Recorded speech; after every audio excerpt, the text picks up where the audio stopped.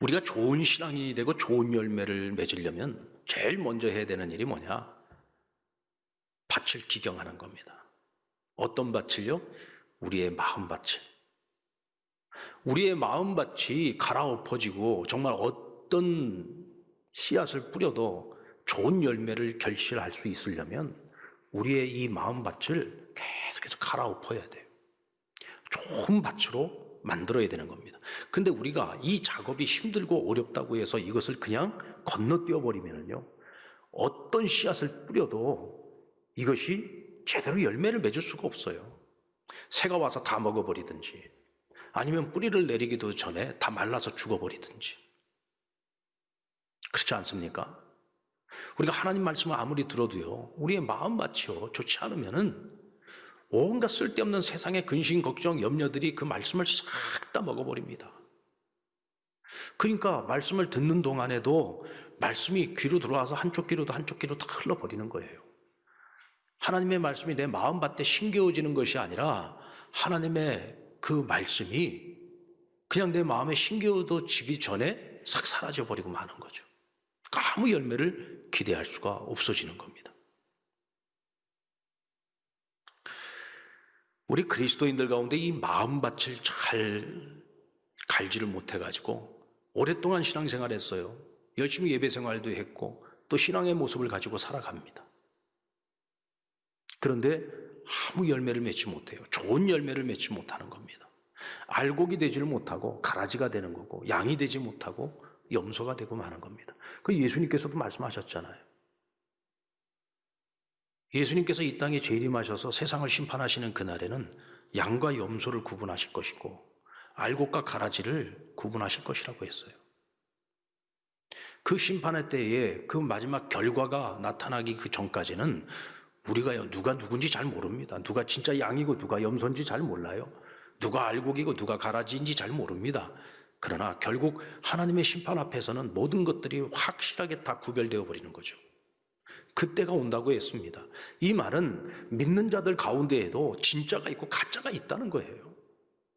스스로는 나는 그리스도인이라고 생각하고 나는 기독교인이라고 생각하고 나는 정말로 하나님을 믿는 자라고 생각을 하고 있는데 하나님이 보시고 하나님이 판단하실 때에는 아닐 수 있다는 겁니다. 그러면서 예수님 뭐라고 말씀하셨습니까? 주여 주여 하는 자마다 다 천국에 갈 것이 아니요 하나님의 말씀을 지켜 행하는 자가 천국에 갈 수 있다라고 분명히 말씀하셨어요. 우리 이 말씀을 우리의 마음에 정말로 새겨들어야 됩니다. 우리가 인격적으로 성품적으로 성숙하지 못하면 오히려 사회적으로 무리를 일으키게 되고 하나님의 영광을 가리우는 자들이 될 수 있기 때문입니다. 예수님께서 사역을 시작하면서 제자들과 백성들에게 제일 먼저 가르치신 말씀이 팔복의 말씀이었어요. 예수님이 산에서 가르치셨다고 해서 산상수훈이라고 하는데요. 이 산상수훈 가운데에서도 첫 번째로 가르쳐 주신 말씀이 바로 이 팔복의 말씀입니다. 이 팔복의 말씀은 8가지 복에 관한 말씀인데 이 사실은 이 말씀을 가만히 살펴보면 8가지 복이라기보다는 예수님의 성품이라고 보는 것이 옳습니다. 우리 그리스도인들의 삶의 목표가 뭐예요? 예수 그리스도의 형상을 닮아가는 거잖아요. 예수 그리스도의 성품을 닮아가는 것 아닙니까? 그래서 우리 그리스도인들은 이 8가지 예수님의 성품을 닮아갈 수 있을 때 행복할 수 있는 거예요.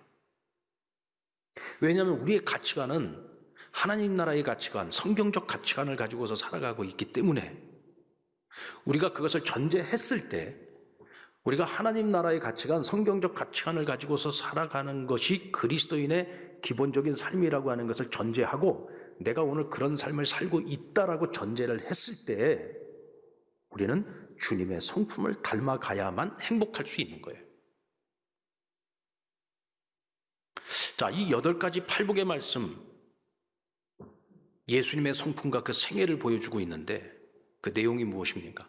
심령이 가난한 자는 복이 있나니 천국이 저희 것이며 애통하는 자는 복이 있나니 저희가 위로를 받을 것이며 온유한 자는 복이 있나니 저희가 땅을 기업으로 받을 것이며 의에 줄이고 목마른 자는 복이 있나니 저희가 배부를 것이며 그 다음 긍휼히 여기는 자는 복이 있나니 저희가 긍휼히 여김을 받을 것이며 마음이 청결한 자는 복이 있나니 저희가 하나님을 볼 것이며 화평케 하는 자는 복이 있나니 저희가 하나님의 아들이라 일컬음을 받을 것이며 의를 위하여 핍박받는 자 고난받는 자는 복이 있나니 천국이 저희 것입니다. 자, 이 8가지 복을 가만히 쭉 예수님께서 말씀을 해주실 때 이 말씀을 듣고 있는 사람들이 무슨 생각을 했을까요? 사실 여러분, 이 말씀은 예수님의 성품이자 예수님께서 자신의 삶을 통해서 드러내 주시고 보여주신 삶이에요. 그러니까 예수님이 이렇게 사셨어요. 본인이 이렇게 살지 않으면서 너희가 이렇게 살아야 이것이 복된 거야 라고 말씀하신 것이 아니라 본인이 실제로 그렇게 살아주셨습니다. 예수님이 살면서 보여주신 모습이었고 이것이 예수님의 성품이었다. 그러면서 하시는 말씀이 뭐냐면 너희가 이렇게 사는 것 그 자체가 복이야. 너희가 이렇게 살아서 어떤 복이 따라오는 그것이 복이 아니라 너희가 그렇게 살아갈 수 있는 그 자체가 복이라는 겁니다. 여러분, 그렇지 않습니까? 우리가 이렇게 살고 싶은데 이게 잘 안 돼요. 우리가 그래서 괴롭잖아요. 근데 오늘 나의 삶이 이렇게 사라지고 있다고 한다면 그건 복인 거죠. 그만큼 우리가 지금 예수님의 성품을 많이 닮아가고 있다는 이야기니까요. 우리가 항상 고민하는 게 뭐예요? 우리가 날마다 회개하는 게 뭡니까? 우리가 닮고 싶은 예수님을 닮아가는 것이 아니라 우리가 자꾸 세상을 닮아가고 있으니까 그것 때문에 우리가 괴로워하고 회개하고 우리가 가슴을 치면서 탄식하는 거 아니에요. 왜? 우리 안에 성령님이 계시기 때문에. 성령님이 계시지 않으면 우리의 양심이 무디워져서 전혀 그런 감동을 느끼지 못하겠지만 우리 안에는 성령님이 계시기 때문에 우리가 정말 이런 성품을 갖고 주님을 닮아가고 싶은 마음은 있는데 그렇게 우리가 살아가지 못하고 있고 그 주님의 모습을 닮지 못하고 자꾸 세상만 닮아가고 있는 모습, 내 모습을 보면서 우리가 실망하고 낙심하고 그래서 하나님 앞에 회개하고 또 어떻게든 주님 닮아보려고 애를 쓰면서 살아가는 것이 그리스도인의 모습 아닙니까? 여러분, 천국은요 바로 이런 사람들의 것입니다. 그러니까 이 팔복의 말씀은 우리가 천국에 들어가기 위한 자격 조건이라고 볼 수 없어요. 이미 우리는 그리스도 안에서 천국을 하나님께로부터 약속받은 사람들이잖아요. 믿음으로 우리가 천국을 약속받았어요. 그래서 믿음으로 천국을 약속으로 받은 사람들은요, 오늘 예수님의 성품을 닮아갈 수 있을 때 정말 행복해질 수가 있는 거예요. 무슨 얘기인 줄 아시죠? 그러니까 우리는 이 8가지 모습을 닮기 위해서 애를 써야 돼요. 노력을 해야 되고요. 무엇보다 내 안에서 우리를 도우시는 성령님께 도와달라고 기도해야 돼요. 성령님께 이거 해주세요, 저거 해주세요.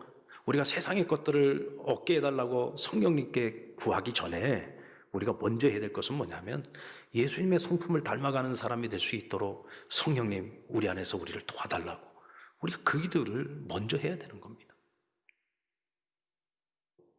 이런 삶을 살아갈 수 있을 때 비로소 우리가 행복해질 수 있다는 거죠. 여러분들, 만약에 구원의 확신이 없어요, 믿음이 없어요, 천국의 소망이 없는 사람들이에요. 그렇다면 이런 사람들이 예수님 말씀하시는 이 팔복의 말씀을 들을 때 과연 그 자리에 끝까지 앉아 있었을 수 있었을까요? 제 생각에는 아마 그 자리에서 예수님 전하시는 이 팔복의 말씀을 듣고 있다가 산상수훈 처음 시작하자마자 중간에 일어나서 집으로 돌아가는 사람들이 꽤 많았을 거라는 생각이 들어요. 왜냐하면 자신들이 생각하는 것과 예수님 말씀하시는 게 너무 많이 다르기 때문에. 예수님께서 마카리오스, 복이 있으라 하고 말씀하셨어요. 우리 성경에는 심령이 가난한 자는 복이 있나니 천국이 저희 것이며 이렇게 말씀하고 있지만 원래 원어 성경, 이 헬라어 성경에는 보면은 마카리오스, 복이 있도다. 심령이 가난한 자는 천국이 저희 것입니다. 이렇게 말씀하고 있어요. 그러니까 예수님께서 마카리오스 하고 말씀하실 때 사람들이 귀가 번쩍, 귀가 커지지 않았겠습니까? 우리에게 복을 주시는구나. 우리에게 어떤 복을 주실까? 하고 기대를 하지 않았겠어요? 근데 이어지는 말씀을 가만히 들어보니까 저대로 살았다가는 다 빼앗기기, 다 잃어버리기, 또 세상에서도 뒤처지기 딱 좋은 말씀만 지금 예수님께서 해주고 계시는 거예요. 자신들이 생각하는 것처럼 세상에서 성공하고 출세하고 뭐 큰 부자가 되고 어떤 권력을 얻고 남들에게 인정받고 이런 삶이 아니라 예수님이 말씀하시는 것은 잃어버리기 딱 좋은 말씀이란 말이에요. 세상에서 뒤처지기 딱 좋은 말씀이고, 그러니 벌써 생각하는 것이 목적이 다르고 추구하는 것이 다른 사람들은 주님이 마카리오스 그리고 심령이 가난한 자 그럴 때 벌써 다 일어나서 가버렸을 거란 말이죠. 그러면 그 자리에서 끝까지 앉아가지고 그 모든 말씀들을 다 귀 기울여 듣고 있는 사람들은 어떤 사람들이었을까? 바로 마음이 가난한 사람들이. 마음이 가난한 사람들. 그래서 예수님께서 팔복의 말씀 중에서 가장 첫 번째 복으로 말씀하신 것이 뭐예요? 심령이 가난한 자예요. 심령이 가난한 자, 마음이 가난한 자. 여러분, 마음이 가난해야 들을 귀가 있는 거예요. 마음이 가난해야 겸손하게 그 자리를 지키고 주님의 말씀이 끝날 때까지 귀를 기울일 수 있는 겁니다. 마음이 가난한 사람, 마음이 가난하지 않으면 이 세상의 이치와 정반대되는 주님의 말씀을 들으면서 절대로 그 자리를 끝까지 지키지 못합니다.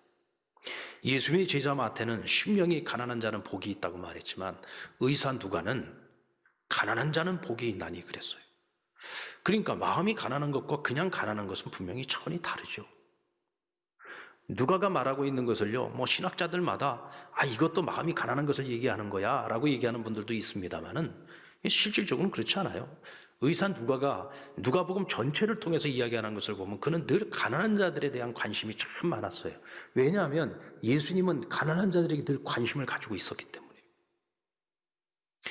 그 시대뿐만 아니라 오늘날에도 역시 마찬가지입니다. 가난한 자들은요, 사는 것이 힘들어요. 누군가의 도움이 없으면 살아갈 수 없는 사람들이 가난한 사람들입니다. 그 예수님께서는 늘 가난한 자들에게 관심이 많이 있으셨죠. 예수님 시대에 예수님과 가장 많이 부딪혔던 사람들이 공교롭게도 종교인들이었습니다. 바리새인, 사두개인, 또 어떤 사람들이 제사장들, 서기관들. 이런 사람들은요, 영적으로 굉장히 부유한 사람들이었죠. 영적으로 부유한 사람들이었어요. 하나님 말씀을 누구보다도 많이 알고 있는 사람들이었고 율법의 말씀들을 철저하게 지키려고 애쓰는 사람들이었습니다. 그러니까 이런 사람들은 하나님 말씀을 자기들이 잘 지키고 있다고 생각을 했기 때문에 영적인 자신감이 아주 충만했습니다. 아주 자기 의로 충만한 사람들이었죠. 뿐만 아니라 사회적인 지위도 가지고 있었습니다. 경제적인 부도 누릴 수 있었습니다. 많이 공부한 사람들이니까 지적으로도 굉장히 부유한 사람들이었죠.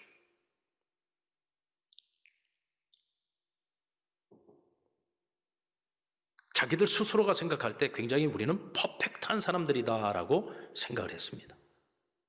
그런데 여러분, 그들이 가지고 있는 이와 같은 영적 교만이 결국은 갑자기 나타났던 30대의 젊은 예수라고 하는 사람을 당시 이스라엘 백성들이 그 이름을 막 부르고 그 이름을 환호하면서 그에게 몰려들기 시작했어요.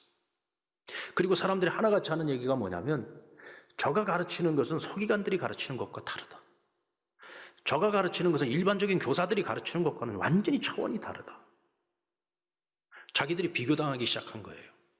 그리고 실제로 자기들이 들어봐도 예수님이 가르치는 것은 자기들이 알고 있는 것, 자기들이 가르치는 것과 수준이 달라요. 그러니까 정말로 뜻있는 바리새인들은 밤중이라도 찾아와서 예수님께 묻지 않았습니까? 그런데 그들이 그 영적 교만이 그걸 인정하고 싶지 않은 거예요. 예수가 우리보다 탁월하다는 것을 인정하고 싶지 않았어요. 그러니까 끊임없이 그를 시험하고자 했고 넘어뜨리고자 했고 결국은 없는 죄까지 뒤집어 씌워서 십자가에 매달아 살인하지 않았습니까? 이게 여러분 영적 교만이 그래서 무서운 겁니다. 여러분, 우리 기독교인들이 빠지기 가장 쉬운 범죄 중에 하나가 의인 신드롬입니다. 내가 늘 설교 말씀을 듣고 살아요. 교회에 오면 좋은 사람들하고 만나갖고 우리가 늘 교제를 나누죠. 또 믿는 사람들끼리 함께 좋은 일도 합니다. 그러고 살아가다 보니까 내가 굉장히 착한 사람이라고 착각에 빠지는 거예요. 내가 굉장히 의로운 사람이라고 착각에 빠지는 겁니다. 여러분, 설교 말씀 듣는다고 착해집니까? 우리가 좋은 사람들하고 같이 교제한다고 해서 우리가 전부 정말 좋은 사람이 됩니까? 그것이 굉장히 좋은 영향을 미칠 수 있어요.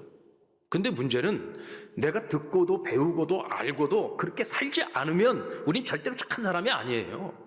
옳은 사람이 아닌 거예요. 의로운 자가 아닌 거예요. 우리 착각하지 말아야 됩니다. 우리가 들어서 배워서 알고 있다고 해서 내가 착한 사람이 아니에요. 의로운 자가 아닌 거예요. 그냥 간단하게 생각합니다.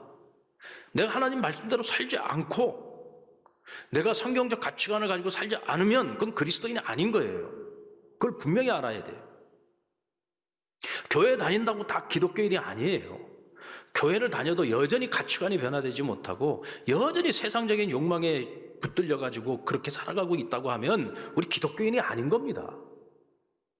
근데 사실은 그게 더 위험하죠. 왜요? 사람들은 다 나를 기독교인으로 알고 있으니까. 근데 그런 변화되지 못한 내 모습이 세상 속에서 오늘 이와 같이 죄악된 모습으로 나타나게 된다고 하면 결국 하나님 영광을 다 가리우는 것 아닙니까? 오히려 우리가 알면서 행하지 않는다면 하나님께서 우리에게 물으실 때 하나님의 심판은 더 무서울 겁니다.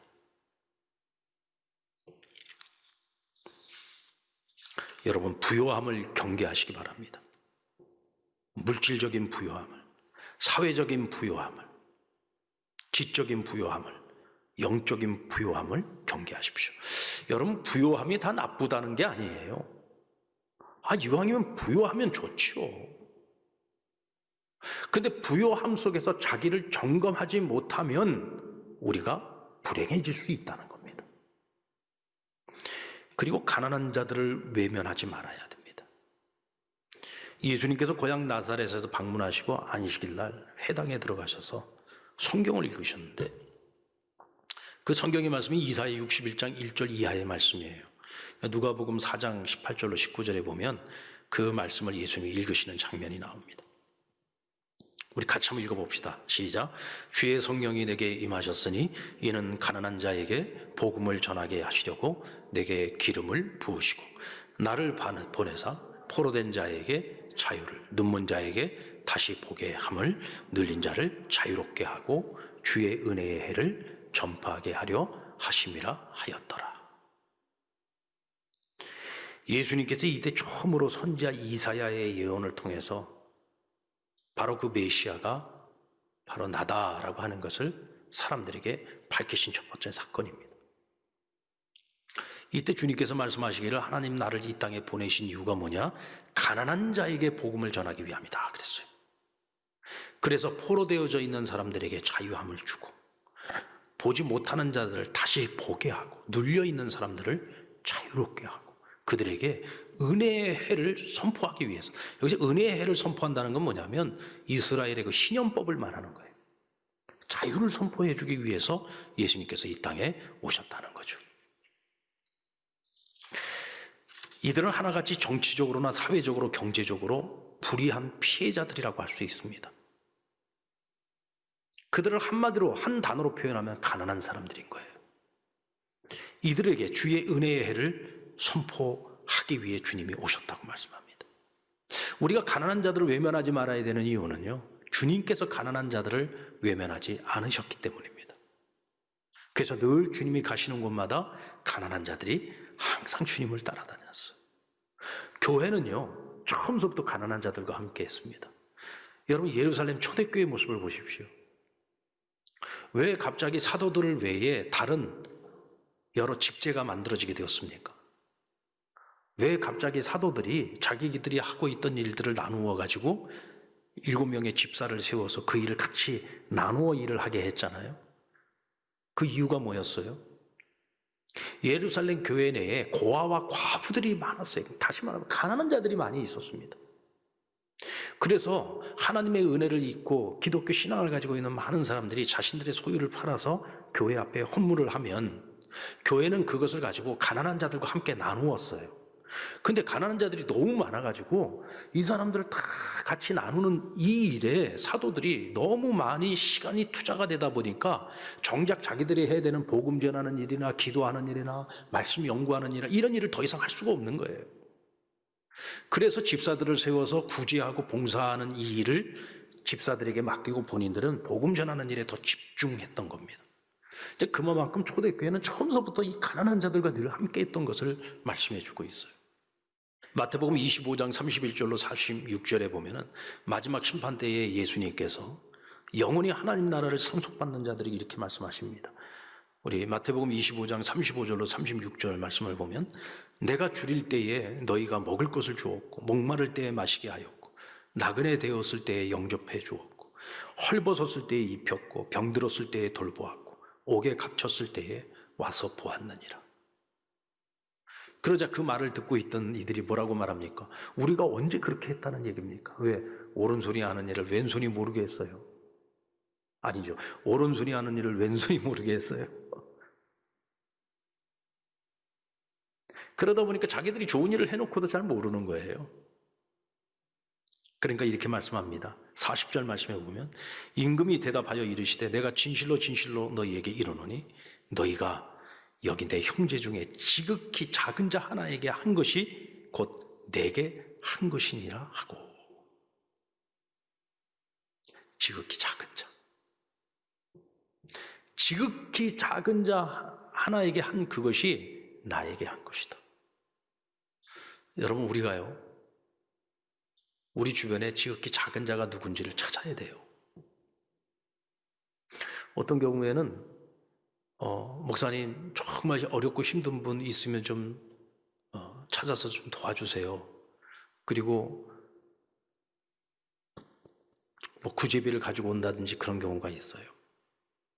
근데 갑자기 탁 떠오르질 않는 거예요. 지금 우리 주변에 정말 지극히 작은 자 탁 떠오르질 않아요. 그러면서 제가 제 스스로 자책되는 마음이 어떤 마음이냐면 내가 우리 주변에 정말 힘들고 어려운 사람이 누구인지를 찾지 않고 있었구나라는 생각이 들어요. 찾지 않고 있었구나. 여러분, 이제는요, 우리가 찾아야 됩니다. 정말 우리 주변에서 지극히 작은 자가 누구인지를 찾아야 되고요. 또 내 주변에서 보이지 않으면은요, 우리가 좀 더 시야를 넓혀가지고 먼 데 있는 사람일지라도 정말 누가 어려운 사람이 있는지. 여러분, 금년 한 해를 살면서 어떻게 사는 것이 진정한 행복일까요? 우리는 몇 주간 주님이 가르치신 팔복의 말씀을 가지고 그리스도인의 행복에 대해서 함께 배우려고 합니다. 그리고 그 말씀대로 우리가 한번 실천을 해보려고 해요. 그냥 듣고 배우는 것으로 그냥 아는 걸로 끝나지 말고 우리가 그 주 한 주 동안 배운 말씀 갖고 우리가 한번 실천을 해보자는 거죠. 오늘은 우리가 심령이 가난한 자에 대해서 배웠습니다. 그러면 이번 한 주간 동안 우리의 마음밭을 한번 점검해 보십시다.